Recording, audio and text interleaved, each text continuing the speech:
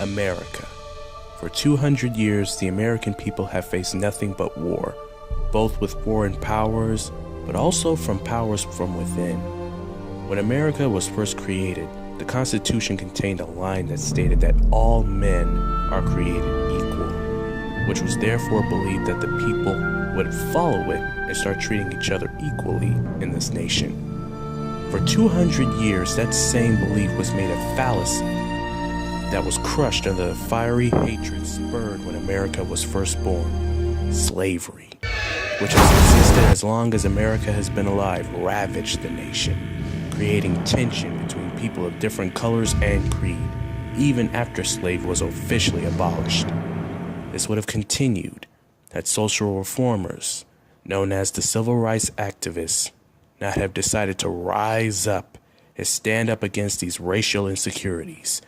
The greatest of them all was none other than Martin Luther King Jr., a Baptist minister who decided to stand up for what was right and inspired a dream that would change the nation forever.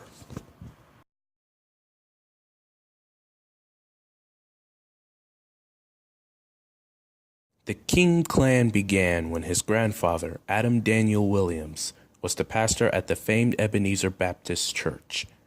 He had a daughter, Alberta Williams, who married Martin's father, Michael King Sr., in 1926, where the newlyweds moved to the location of where her father lived. 4 years in that time, when A.D. Williams died of old age, his father soon took over as the minister of Ebenezer Baptist Church, where he would earn the moniker of Martin Luther after the famous Protestant minister who changed Christianity forever by those who knew and heard his preaching.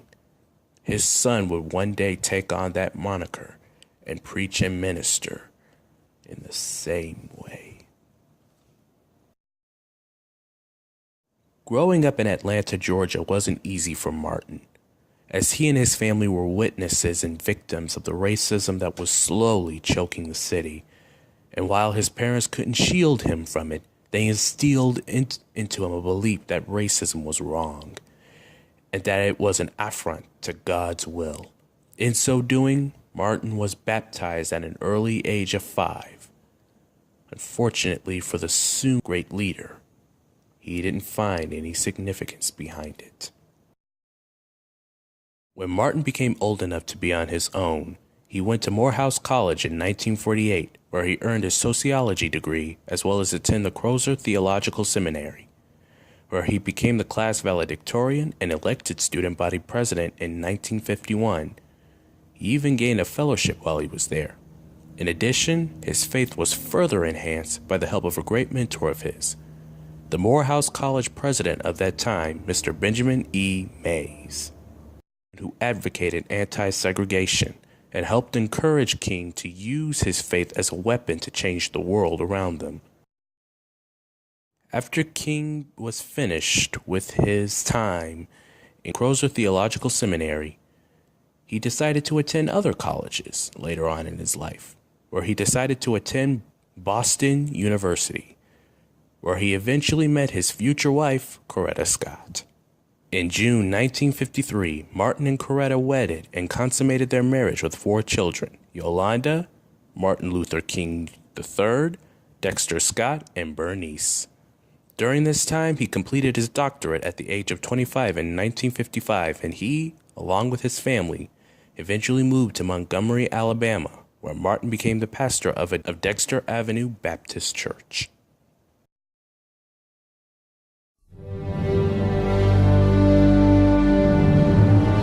In December 1st, 1955, an incident occurred that would begin the movement that King vitalizes, when Rosa Parks refused to yield her seat to a white man. She was arrested and forced to pay a $14 fee for the trouble she caused, as viewed in the eyes of those who were against what she did. However, in the eyes of civil rights leaders, it was a time to act. Organized by E.D. Nixon of the NAACP, he developed a plan to cause a citywide bus boycott, which would be led, ironically, by Martin Luther King Jr. himself. So began the revolution that changed America for the better. In his time as the leader, Martin Luther King Jr. accomplished many great efforts that changed America. The bus boycott that was orchestrated by E.D. Nixon lasted for 382 days and was even taken to the courts where the laws regarding transportation were finally lifted. In January 1957, he, along with 6 other ministers and leaders, began the Southern Christian Leadership Conference, which was aimed to strengthening and maintaining morality in black communities through the church. SCLC created over 20 mass meetings that regarded black suffrage, enabling African Americans to register and vote without problems. Through inspiration of another civil rights figure not even of this nation, Gandhi, led civil disobedience through nonviolence. He also indirectly created the Student Nonviolent Coordinate Committee due to young African American students demanding the right to sit in a restaurant in order to eat a meal. This lead would eventually lead to the end of segregation and lunch counters in over 27 southern cities. Yet these accomplishments are nothing compared to what he did that would truly inspire the nation to change, as in August 28, 1963, he made his most famous and greatest speech in American history, the I Have a Dream speech.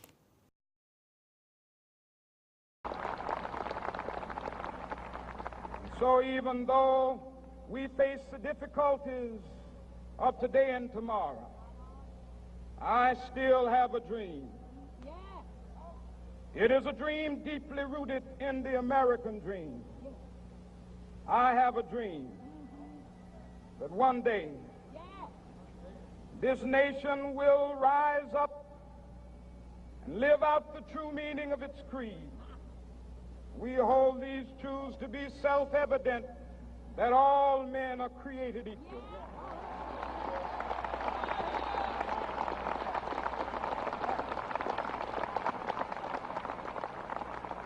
I have a dream that one day on the red hills of Georgia, the sons of former slaves and the sons of former slave owners will be able to sit down together at the table of brotherhood. I have a dream that one day,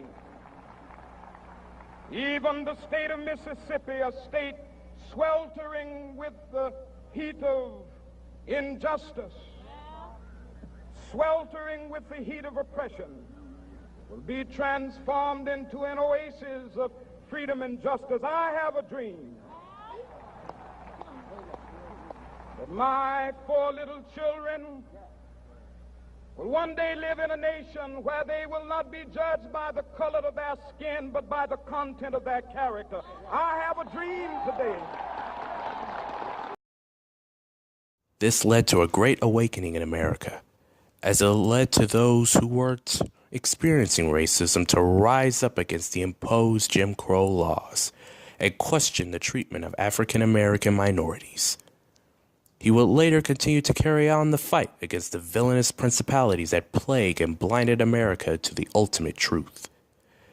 And while others would often criticize what he did and how he did it, it worked out for the betterment of us all.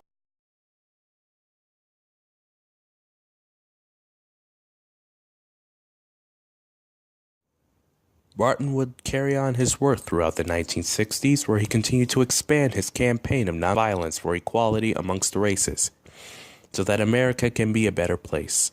This war, however, began to take its toll on him, as he began to grow tired of going to jail, the slow progress of equality, and living under the constant threat of death. Fortunately for our great leader, an opportunity came in the spring 1968, wherein a labor strike in Memphis inspired King to do one last crusade. The following day, Martin Luther King was heartlessly murdered by a malcontent of James Earl Ray outside of his balcony at a motel. The killer was later found after a 2-month manhunt and sentenced to life in prison. He eventually died 29 years later. He became a martyr for the movement he attempted to inspire. His legacy didn't expire with him. His devotion to the end of racism led to a profound impact on the country, and in his honor he was given both a holiday, various schools and buildings named after him, as well as a memorial built for him in both Washington and in his hometown. But the one true thing that matters isn't all the things dedicated to him. It was what he did. Martin Luther King Jr. was a man who led a nonviolent movement who fought for the rights of not only African Americans, but also the rights for all people to live in this nation without the persecution from the foolish few. His teachings of nonviolence and equality shall reign forever and ever, as long as we, as the American people, uphold it for generations to come.